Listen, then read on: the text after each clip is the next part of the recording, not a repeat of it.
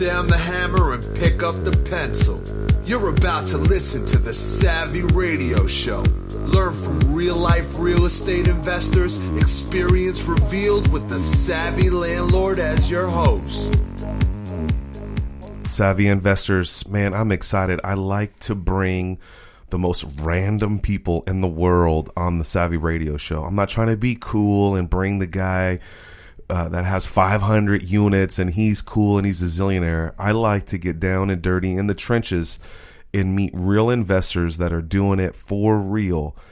Man, I'm excited to introduce Bekah Beets. I met this gal at least a year or so ago, maybe even longer. I've seen you all the time. You're very faithful to the real estate investment clubs, and you're passionate about your learning, so which is kind of cool. And we connected a couple of weeks ago over Airbnb, and you're the only one that I have found in Oklahoma City that is actually like doing Airbnb for real. Like it's like your business model, and didn't know that you were super zealous about real estate, have goals and dreams, and then you're also kind of a nerd rock. I am a nerd. Absolutely. You are a day programmer, which is just fascinating. So first of all, let's start there. So please welcome Bekah Beets. Now, I'm talking about like Dr. Dre Beats, because she's cool like that. She's young and hip. And listen, let me do a little caveat that she is single. She's on her way to millionaire stardom. So if you're a deadbeat guy, don't call. But if you are, got some assets and some dreams and some goals, I might hook you up with this girl. So anyway, that was my plug. So I was like, can I say that? She's like, well, I am single. All right. A computer programmer. Your whole life, you woke up and said, hey, I'm going to be a nerd. And you're not a nerd. She's not a nerd. She's a very attractive person. So let's just get that out. I've always kind of been a nerd. So I didn't actually decide to do it. It just happened. Okay. So first computer, where did it happen? How did it happen? Well, it wasn't until I was a teenager because my family was poor and we got a computer and I was always playing games on it. And then I went to college for a different thing, and then I went to college for computer programming, and here I am. Okay, what was your first goal at college? What was it, like PE specialist, swimming? What did you at the first college? No, what was your first major before you went into computers? Youth education. Like I wanted to work with teenagers and young people. Okay, cool, right on. So you have a passion to serve people. Yes, I love. So you're serving people with code. I was just playing. You're making them okay. So I mean, I'm just fascinated. I mean, I know we'll get into the real estate here in a minute, but I just think it's cool to see people come from one dimension to another. When did you get code? Like, I mean, you program in what languages? Like 10 different languages, but the main ones I program is in C# and SQL. And then the normal front end stuff. And so let's just get this out. You're 31, and so you're a millennial, kind of. Yes, I'm an older millennial. So you're kind of in between, like you're my generation, because I still feel connected to you in that realm, but you're still down with the youngs. So how, like, I mean, I don't understand. Like, I know BASIC because it was like it was an Atari or it was a Commodore, and it was kind of fascinating. Like, I don't see my children jumping on, JavaScript. So tell me, like, there was one defining moment where, boom, a computer came in your world. I mean, it was just the one that your parents had at your house, your mom or whatever, and you just started programming. Because it's OS. There's no, you can't see code. You have to go after it. Right. Okay. Right. So there's got to be a time. Well, I didn't actually know what code was until I went to class for it. Because here's the thing. I didn't want to work with other women. That's okay. That's all right. I just didn't want to do like the catty drama office stuff. And so I was like, IT's a man-dominated field, and I like computers, and I'm smart enough to learn anything. So cool, confident. Okay. Yeah. So in college is when you got introduced to it, and it was fascinating because I know earlier I'm assuming, and I just judge people, that you're very detailed, and you're like, no, I'm a big picture thinker. You had to force yourself to be detailed. Yes, I had to train my brain, make mistakes, blow it off and figure it out. Yeah. So, like, I'm not an accountant. I hire accountants. They analyze or agonize over a $5 mistake. Coding is worse than that. It is. So how do you deal with that? Well, there's this thing called IntelliSense in the programs I use. And, if you have like a comma out of place or... It just tells you? Yeah, it'll underline it and be like, hey, you need to do this. And it won't let you compile if you have something like that out of place. All right. Enough of that. So computer programmer by day, you're happy with that, going down the road. How'd you get turned on to real estate? How did it happen? Where did it happen? Can you remember that? I'm gonna extract as much information. So there's someone out there that's like you. They need to know. Well, I owe that to my dad because my family are big readers. We have a small library in our house at all times. I don't remember ever not being surrounded by books. And he brought home Rich Dad, Poor Dad in the first college. It was like the summer in between his 2 semesters. And I read it. I was like, And I read The 16% Solution, which is also by Robert Kiyosaki. The very first book? Or that's a different book? Rich Dad, Poor Dad was his first book. And then he also wrote The 16% Solution, which is a book about buying property from tax lien sales. Cool. And he wrote The Cash Flow Quadrant. Right, I love that book. Right, and that's what helped my brain to see, I don't have to have a job to pay for my expenses. I can have assets, and I can get paid just for owning stuff and not have to go to work every day. It's cool. It's like going to the store and buying clothes. You can go to the store and buy houses. Yes. Okay, And then, cool. I like that analogy. it makes you money, if you do it right. It just keeps making you money, like going to a job, except you don't go to a job. All right, so I asked you earlier, how'd you get in? You were moving out of your parents' home, and then you were buying your first home. During that time, so you read Rich Dad, Poor Dad while you were in college? Right. Okay, and then you were moving out, and that's kind of, were you still thinking about being an investor landlord at that time, or? Right. So the first college I went to, I've graduated from 2 colleges. Oh, with okay, 4 so year. you're like a high achiever. Yeah, I guess. I went to 2 colleges. So the first one was when I read The Rich Dad, Poor Dad, and then the recession hit, and I graduated from the other college, couldn't get a job, and I was like, both, is what it am I gonna computers? do? Was your undergrad in computers? My first undergrad was in youth education. My second undergrad was in computer science. Okay, cool. So now you got the computer science degree, and you couldn't find a job? No, I just had the youth education degree. And that was difficult because money wasn't flowing, and and so that is a difficult field. Okay, yes. I actually was a major in youth ministry, so wow, at awesome. OBU. So I understand what you got to find a really big church, you got to move, or organization, and it starts at the bottom. I get it. Apparently, marriage didn't happen, so well, that's why we go to college, right? No, it is why a lot of girls go to that college. The average now is like 35 to get married. Wow. So like when I was in my age, it was like 30, but my first time I was dumb, but I eloped because I felt insecure. But it's so cool. The people that I know now in California, 31 is like, man, I'm about to get serious about this. I understand society, which I got married for real at 31. So You're at the right age. So don't rush this deal. Take your time. I'm good. First, now keep in mind, now you're successful. You got a rental property. You're successful in your job. You're going to intimidate a lot of guys that are on the couch playing video games all day. And so it should be. I don't want one of them. That's right. Good. Your parents have done you right. So, okay. So you graduate, you will have to go back to school, get this computer science thing, because that's the future, smart, technology. Is it easy to get a job when you graduated? Oh, yeah. I had a job my junior year before I even graduated with my IT degree. Such a demand for, okay. Mm-hmm. So then you decide you got to move out. You got a job now, you're getting paid. Mm-hmm. So you buy a house. How was that process? Did anyone help you at that time? Nope. No, okay. So you took a plunge and just bought a house. Right. I rented for a year after I moved out of my parents' house, and I saved up money and then bought my house. Okay. And is it the same house that you're in? Mm-hmm. Okay.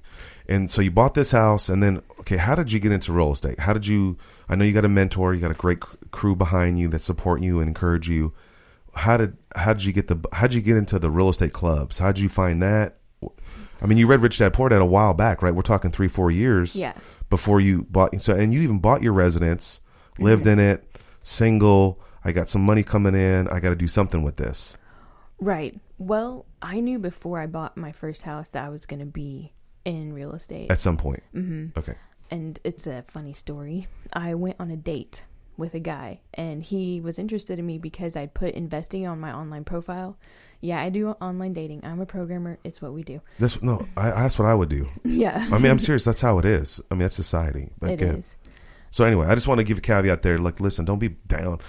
because you got met on Yahoo, you know. It's okay. So you met this guy, you went on a date. Right, and he took me to the OKC entrepreneur group that Ron Harris hosts. Is it weekly? He did the coffee one. It was the coffee one because we were all at Starbucks. I couldn't tell who was in charge. I knew it was about time for me to have a mentor, and I'd kind of been looking, but not really. And so when it was done, I didn't know him.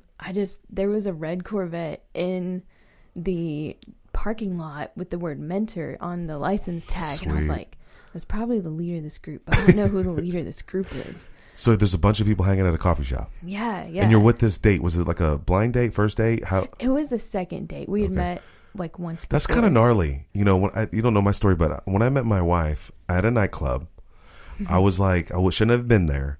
A friend was like, you need to come. I'm like, you'll find nice people. No, you don't find nice people in the club. I ran up to this gal and I was like, what's your goals? What's your dreams? Mm-hmm. And now I'm married to this person, but I love this guy brought you to an entrepreneur club. Yes. Is that guy still around? Can we say his name? His name is Stefan, and he's not around. He doesn't even come to the investor stuff anymore, which is kind of a bummer because he was attractive. Oh. Well, hopefully, Stefan, you can listen. You missed out. You missed out, you little chump. But he's the guy that brought you in the thing, and then you saw the car, and then you got a hold of Ron Harris, and then you guys connected, or how'd it go from there? Yeah, that's a funny story. So I followed the guy out to hit the Corvette, and I didn't know still if this was his Corvette, so I didn't even introduce myself. I was like, hey, is this your car? And he's looking at me like, who is this chick that followed me out to my car? And he's like, yes, scared of what's gonna come next. What's your phone? No, get out. So, all right, so then what? And then I said, I want you to be my mentor. Like, I didn't know him from anyone. He didn't know me. And cool. I just knew that was the person that was supposed to be my mentor. And then boom. So you just started going to classes with him and he started raising you up. And yes. Okay, during this process, how about your dad? So your dad is the one that turned you on to Rich Dad Poor Dad. Was he supportive? Is he into real estate now, or is he on the side? What was he like during this process?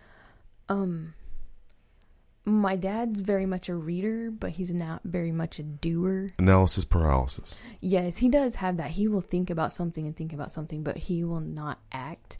And I'll act. So cool. That's the difference. So you have this tenacity to act. What runs through your mind when I'm going to go do it? Because I can tell you what I think in my mind. What goes through your mind? A lot of what goes through my mind is this adds up, this adds up, this adds up, and I see it in an instant, and I know this is what I'm doing. Cool. So it just makes sense logically, mathematically. If I buy this house for $50,000, I can rent it out for $800. My mortgage payment's $400. Yes. Incidentals, boom, I'm going to make $200. So it just makes sense. It just clicks. There's a level of fear there. Some people won't pull that trigger. What gets you through that hump? I think God got me through that hump and the fact that, like, if I don't ever do this, even if I make a mistake on the first one or the second one, if I don't ever do this, I'm stuck in my job forever. So it's like, you can do it, and maybe you fail, and maybe you learn, and maybe you grow, or you stick in your job forever. Okay, so that's your why. Yeah. Your job, the pressure of a day-to-day job of control. And it's true. This job controls you, and that's your driving force. Right. That moves you through. Okay. So I already know this, but let's talk about this again. I said, what's your goals? Because I was just trying to feel you out. And you had it all already calculated. So there's someone out there. First of all, where I come from is like, what's the worst thing that can happen? I don't want to be 50 years old and realize I coulda, shoulda, didda, and I could have had a house. So I'm proud of you for taking the leap of faith. First of all, I've never met a young person willing to pay a mentor. And so that's pretty remarkable. That's the best thing I ever did. Best real estate investing decision I ever made. And kudos to Ron to be willing and let himself be available. So now you pull through this and you pull the trigger. How'd you find your first deal? How did it go down? And I'm assuming your mentor helped you through the whole process. Tell me about that. How'd you find this house? How long ago was it? My first rental after the mentorship, which I didn't have any before. I have a funny story about my first real estate purchase, but the first house I purchased, I found it on Craigslist. I had random, yes, and it is actually my parents' landlord. Like, I didn't even know it was him, but I called him. That is surreal. That is like weird, bizarre. Yes. And it's really weird. My uncle had met him previously also, and I didn't even know that. So I bought my first rental from him. Do you remember the numbers? Everything. How much did you buy? I paid $29 for it. Okay, north side, west side, east side? It's on the northwest side. I won't buy anything not on the northwest Smart. side. You're already savvy. Right. That's true, especially if you're a rookie. It's a no lose. Yeah. And you get a full-time job, and you're a gal, so I get it. Yeah, I need to be in a safe area. Totally. Yeah. Not where I roll. Anyway, so you found this deal, $29,000, and it needed a rehab? Absolutely. Like, I totally ran before I walked because it needed almost everything. Did you negotiate the price? Not really. He wouldn't budge, and I knew it was the house I was supposed to have, and the numbers worked barely, so I was fine with it. Nervous? Funding? Oh, I was terrified. It was my first house. I thought I was over my numbers a little bit, and so in your mind, you're this single person living in a house with a job that you have to have a job to have a mortgage, right? And now you're purchasing a property that needs everything. How'd you get funding for the property? I went to Kruger Investment Company. Hard money lender. Yeah, except he doesn't do points. It's just a straight 12% rate. So that's what I did because banks look at me and I look like 5 to 10 years younger than I am. I know, you do look like you're 12. Yeah, so all they see is this kid who just got out of college and is like, I want to buy rentals. And they're like, no, we're not giving you money for that. Wow. And Kruger just walks their property, and he has his own rentals. He's been in the business for years, and he knows it. So he can just walk through a house and be like, yeah, we'll lend on this, or no, we're not going to lend on this. So you called him. He went over there, looked at it. Did he give you 29, or did you give you the fix up as well? Oh, he only gave me 24. I mean, it was my first house, risk. Yeah. What was the ARV? The ARV now is 65. Cool. So you're crushing it. I am. I was excited. Okay, cool. So what you went through this whole process of rehabbing it. What'd you learn through that process? Oh my goodness, I learned so much. I learned how to test for plumbing leaks. I learned some lingo about the roof to talk to roofers. How long did it take you? It took me 2 months, and I hired everything out. The only thing I did was the very last minute clean. Well, I'm going to give you an award because most rookie investors are down there on their knees laying tile. No, I don't have time for that. And you're not even prissy. Like, you're just down. Like, some girls that got their nails done. Do you have your nails done? No. Good. I mean, you got to, I think you should know how to do it, but I don't think you should do it because your time, as a programmer, I think it's worth $40, $50 an hour. I don't know what programmers charge these days, but on freelance, not for a job. But I use Odesk and stuff, used to. But anyway, so that's cool. So you were right out the gate, man. So you got this whole business model already accomplished. Right. Can you duplicate this now? Did you create systems? Yeah, same thing. Like, at least in my head, I know exactly. I call people, I get bids, they rehab, I check the work, I have a punch list. And then once it's done, I do the tenant screening, tenants in there, and then get paid. So, I love it. Get paid. Build that empire. So now this is about 2 years now you've owned this property. During that process, did you ever want to give up? Oh my goodness. At least once or twice. Like when the supply place didn't have the product or the contractors didn't do it right. I had to call them back, and it was very intimidating for me. Especially being a single female. Yeah, I'm a single female and I'm dealing with these contractors, but I had some men contracting friends that helped me out and showed me what to do and what to say to them and how to handle that. Right on. Man, I'm excited for you. How about your parents? What were they involved? Were they cool? Hey, I bought a house. Or because your dad's like analysis paralysis on the sidelines, just watching you, cheering you on. Did they come over and see it? Were they negative? Were they like, don't lose money? Right.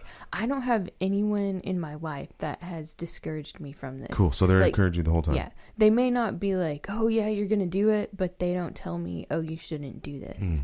So pandering? No, I'm just playing. Well, it's just interesting. A lot of people, I don't get it. Like, it makes money all the time. I have a friend that just bought a property with no money down, got the funding, and they're making money for the rest of her life. Why wouldn't everybody do this? I think they just let fear or how they've been taught or raised get in the way of exploring new options. Totally. Well said. All right. So goals, dreams. Where is this going? So you got your first deal. Your slow roll 2 years. 31. Well, 1 year. 2 years from your residence. Yeah. 1 year from so my 1 rental. year as a landlord. So you're an official landlord. Yeah. Okay. Right on. So, all right. Where do you see yourself? What's your goals? 12 houses, no job. When? By the end of 2018. Okay, and you got this all figured out, mapped out? Yeah, so I'm buying a house right now, and if I get lucky, I might buy another one by the end of this year, and then I want to buy 4 next year and 5 the next year. Why 12 houses? 12 houses equals enough money to match my monthly expenses, and then a little bit more to keep putting back in the business or keep investing, or, it's like that little safety cushion. Now, these properties that you're looking for to buy, are they fix up, rent ready? Are you willing to pay more? What's your zone? What's your price range? What's your niche? I really like the ones that don't require a lot of rehabbing, because my first one taught me, oh my goodness, this is a lot of work to do. Welcome to the club.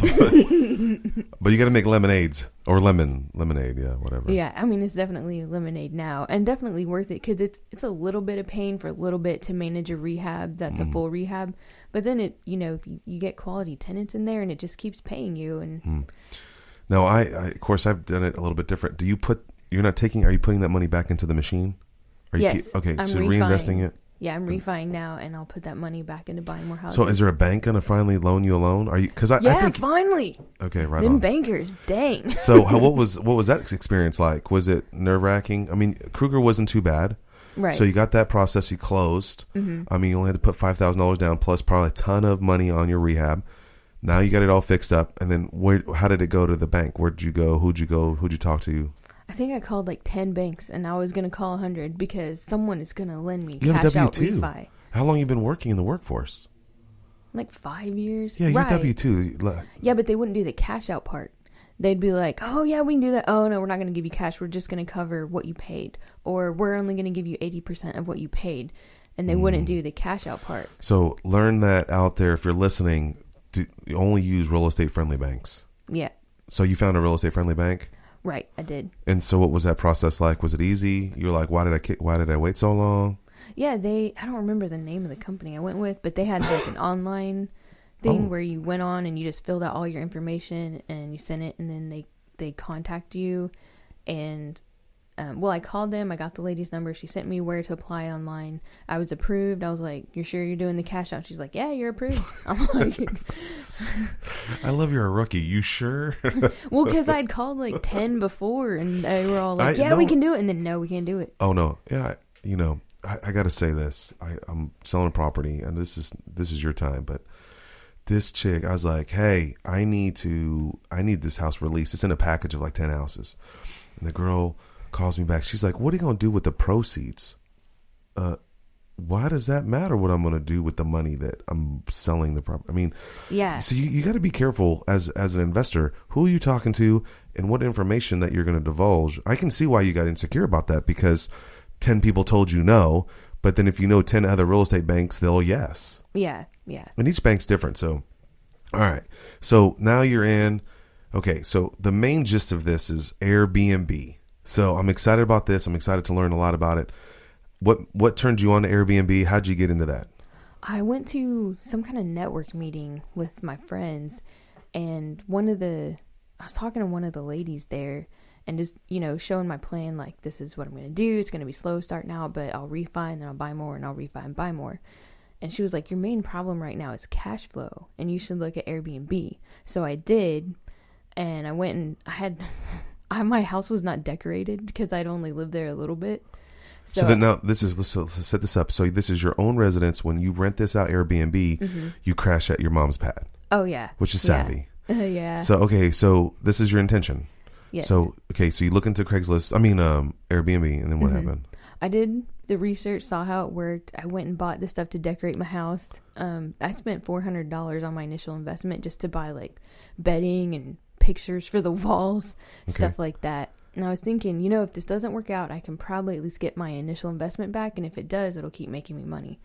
So I did that, and almost every weekend's been booked, and I average $1,000 a month. Wow. And just renting it out on the weekends. What the? I was talking to a girl yesterday that asked me to ask you a question because she knew that I was going to interview today. She said that just in the month of November, she has at a price point, it's in the Village, at $67 a night. she has it rented for 20 days in November. Yes.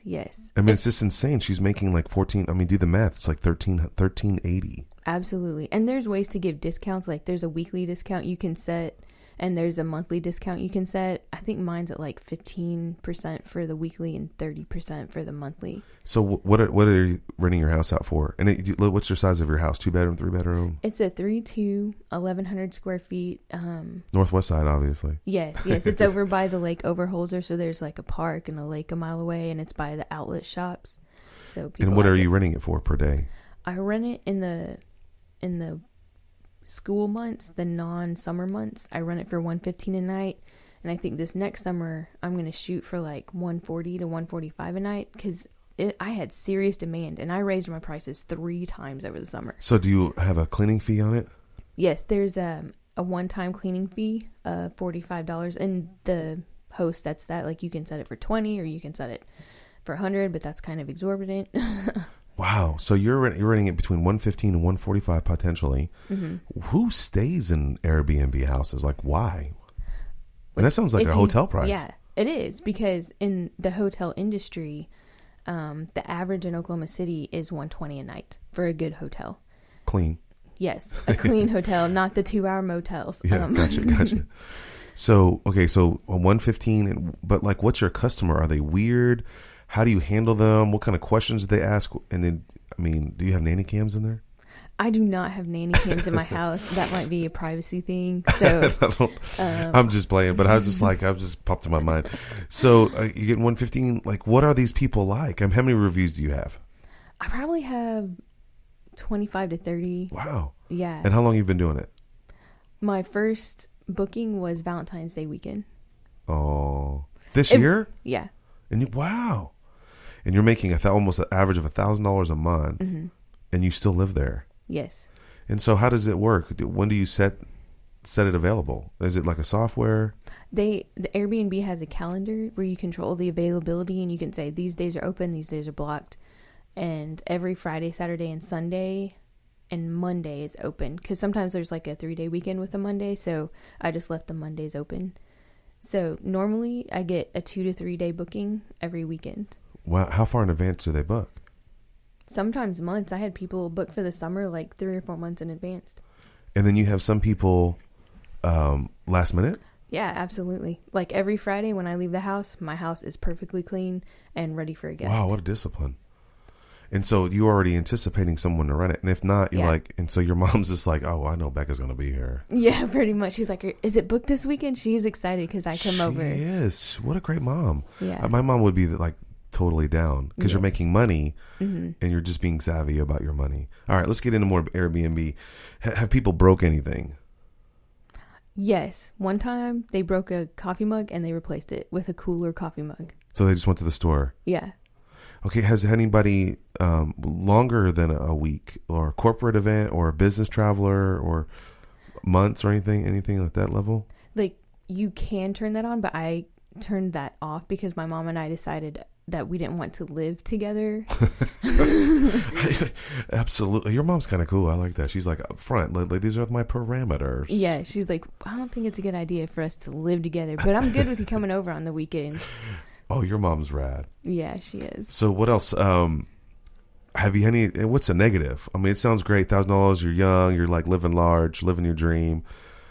Has it ever been awkward or weird? Like someone left something behind that they shouldn't have left behind? I mean, I guess I could have Googled up Airbnb drama, but anything else, or it's always been legit? For me, it's always been legit. And part of that is the price point. Because you know how in hotels, the higher the price, the better quality of guest you have. And the lower the price, the lower quality of guest you have. And my price point weeds out like 95% of anyone that I wouldn't want in my house. And then they message you before they book. Like they send you a message. They're like, hey, I'm coming to see my sister, or we're having a staycation in town, or whatever. And you can get a feel for them through the messages. Right. I mean, I stayed in an Airbnb one time, and the guy's like, where are you from? Oklahoma. Do you have kids? Yes. I mean, it was just awkward, the questions that he asked, and I didn't understand. I've been reading on Airbnb. I'm trying to get an Airbnb. I'm trying to buy a condo right now, and I'm reading about it. My shopping cart in Amazon has a bunch of crap in it. Yeah. Towels and sheets and all this other jazz. I've come across this thing like a guest book or like a manual for the guest to stay. Do you have something at that level? I mean, you seem very detailed and organized. Right. I do. The day before or the day of that they check in, I ask them to send me their email address, and I email a document, and it has the Wi-Fi password and the lockbox code, instructions for lighting the fireplace, and it tells them that I want them to be loved and welcomed in my home. Cool. And so they feel good. They have the knowledge they need. They have my phone number. They can message me, whatever they need. Have you had any emergencies? One time, I think they were opening a bottle of wine or something, and it might have broken, and she slid her hand open. So like 10:30 at night, I get this text message that's like, and a phone call, and they need directions to a hospital. It's called 911. Well, she wasn't like unconscious on the floor. She just cut her hand and needed stitches. I know, but you were probably like freaked out. No, I just hopped on Google and was like, okay, here's the nearest good hospital. These others are closer, but they're not the good ones. Oh, right on. So you're like, you're kind of like, man, you're stalemate there. You're like me. I'll be all emotional. You okay? I'll be right over. Oh, maybe I'm not emotional. I don't know. You are emotional. You have a wonderful personality. But maybe at 10:30 at night you're just focused. Like I think like you're a D personality. I think you're a D. Like you want to get the job done. You want to be the very best. I'm a definite D. And you have goals. Okay, this like my wife. My kid will get hurt, and I'll just be like, okay, let's pack. There's a contingency plan, and she's like, you're not crying. Someone has to get us to the hospital for these stitches. Yeah, I feel the emotion later. Yeah, totally. I'm bummed out. Yeah, for sure. Okay, cool. So there was blood on the counter. Did you have to clean it? Well, not when I come back. They cleaned it? Yeah, they cleaned it. And so they were just like, hey, heads up, this is what's going on. Yeah. Interesting. I mean, most of my guests put their dirty towels in the washer. I mean, I've rarely even had a guest that don't. I read some things that they had please take the sheets off the bed and put it in the washing machine.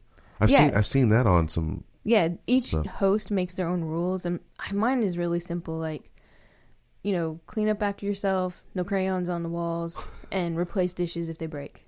Cool. So is there anything that you've learned that through the way, like you had, oh man, I need to start doing that. Like I forgot an extra key or anything that you've come across that you've learned?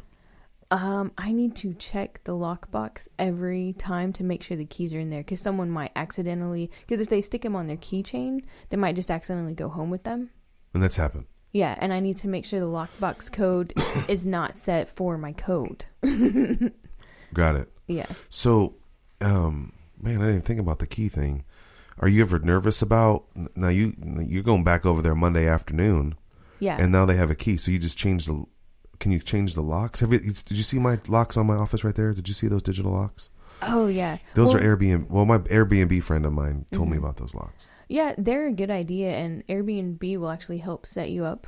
Like if you have a digital lock, there's a code that they generate for the guests for their stay that they can input. So there's that part if you want super security, but I've never even had someone accidentally take off with the keys. Right on. All right, cleaning. People are dirty. People do weird things.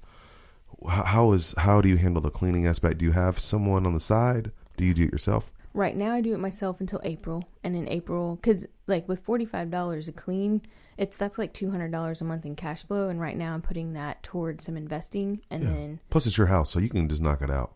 Yeah, I have a checklist. I have the routine down. I know. I love checklists. Yeah. I have a podcast coming out on checklists. Yes, they're the best. Yeah, I got one right here.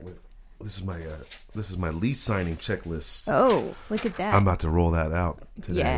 Yeah. You should give me a copy of that. Yeah, you can. I'll give you a copy. All right. So I actually want to put it on the website. So top question is, what is like to have strangers in your house? Like for real? Well, they don't end up strangers. Like you become friends. You get to know them through the messages. And I mean, I like it because someone new. Yeah, it's someone new. And the best smell ever to come home to is like freshly showered and cologned men. I'm telling you, when that happens, it is like heaven in my house. Wait, just get married. You'll have it every day.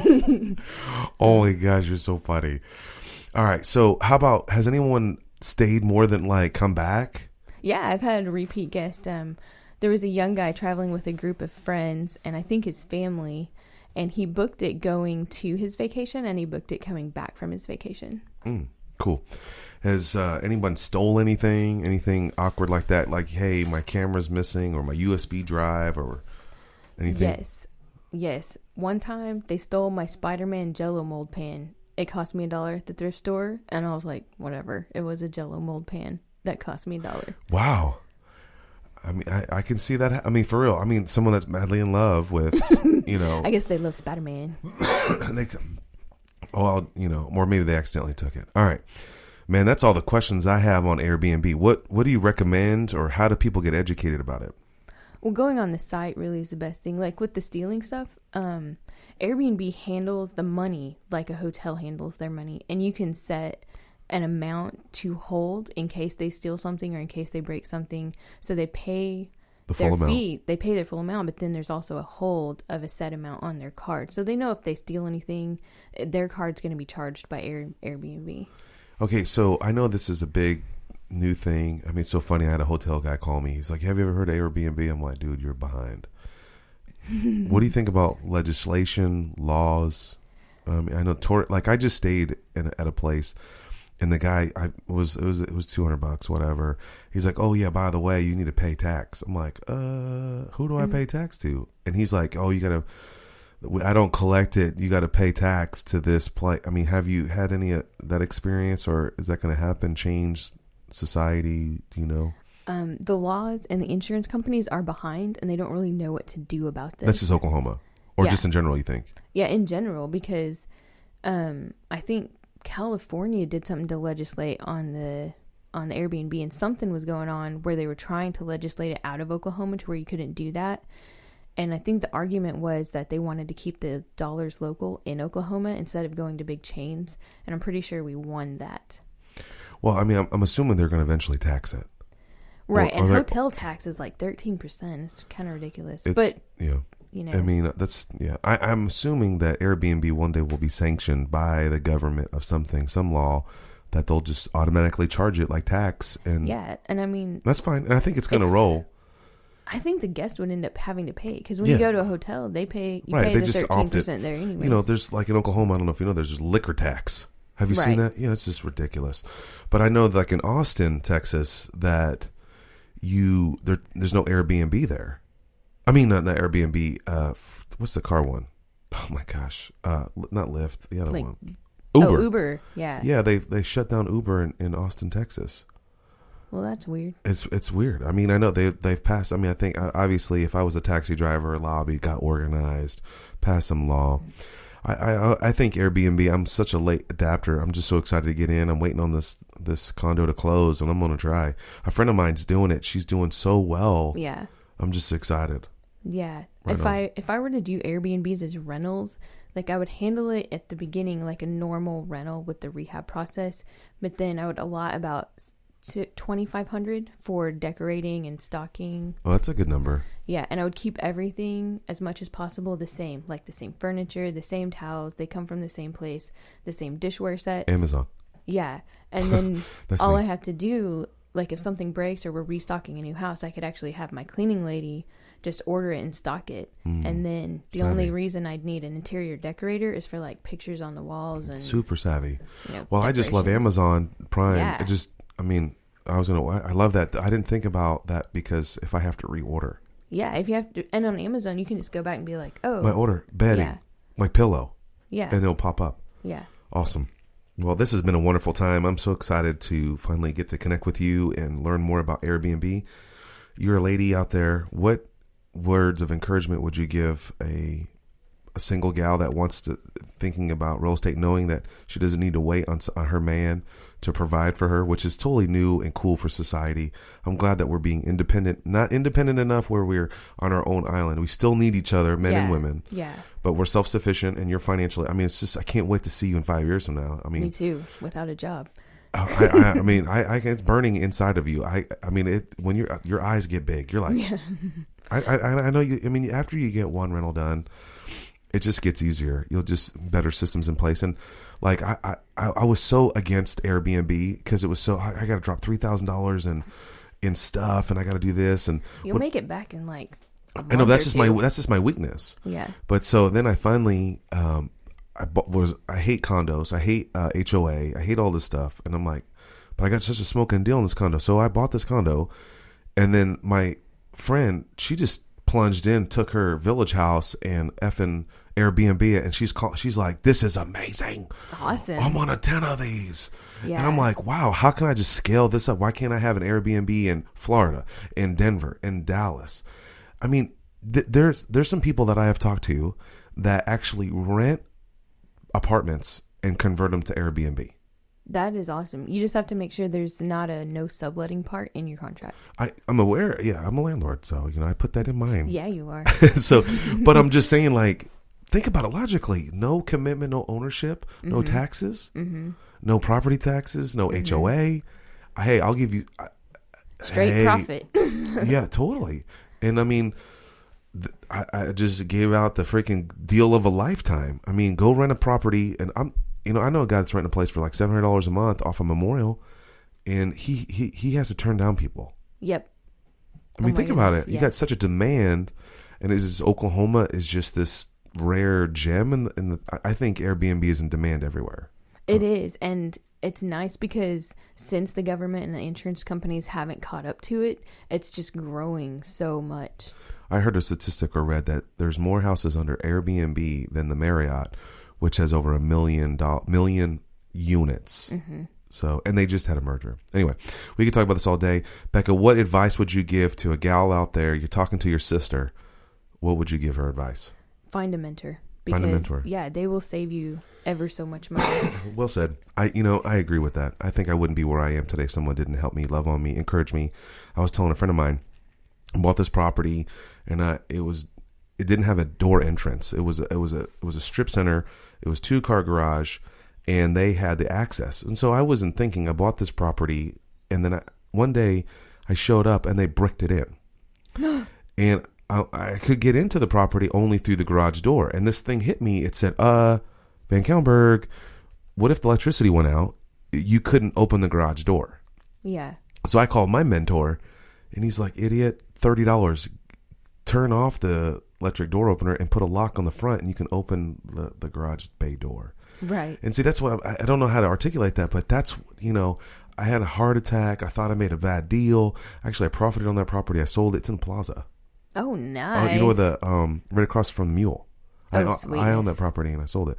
But I went through hell, and if I didn't call him, it was like, no, just get a locksmith, $30 to drill a hole, and you have access to the property. Yes. And that's what a mentor can do. So if you have a friend out there that's in real estate, or Bekah could be a mentor, somebody you've earned your stripes, you got a rental, you earned your stripes in Airbnb, I will be blowing you up. Okay. Just hopefully I can close on this month so I can get the ball rolling for Thanksgiving. I know it's usually, is it packed during Thanksgiving for Airbnb? I'm assuming a lot of travelers. I don't know. I didn't have it last year at Thanksgiving time. So, okay, right on. All right. Well, appreciate your time. Whatever you do, what are you going to do? Go buy assets. Oh, yeah. Thanks for listening to the Savvy Radio Show. Glide online and listen to our other motivating episodes at savvyradioshow.com. Connect on Twitter at LandlordBook and always be buying assets.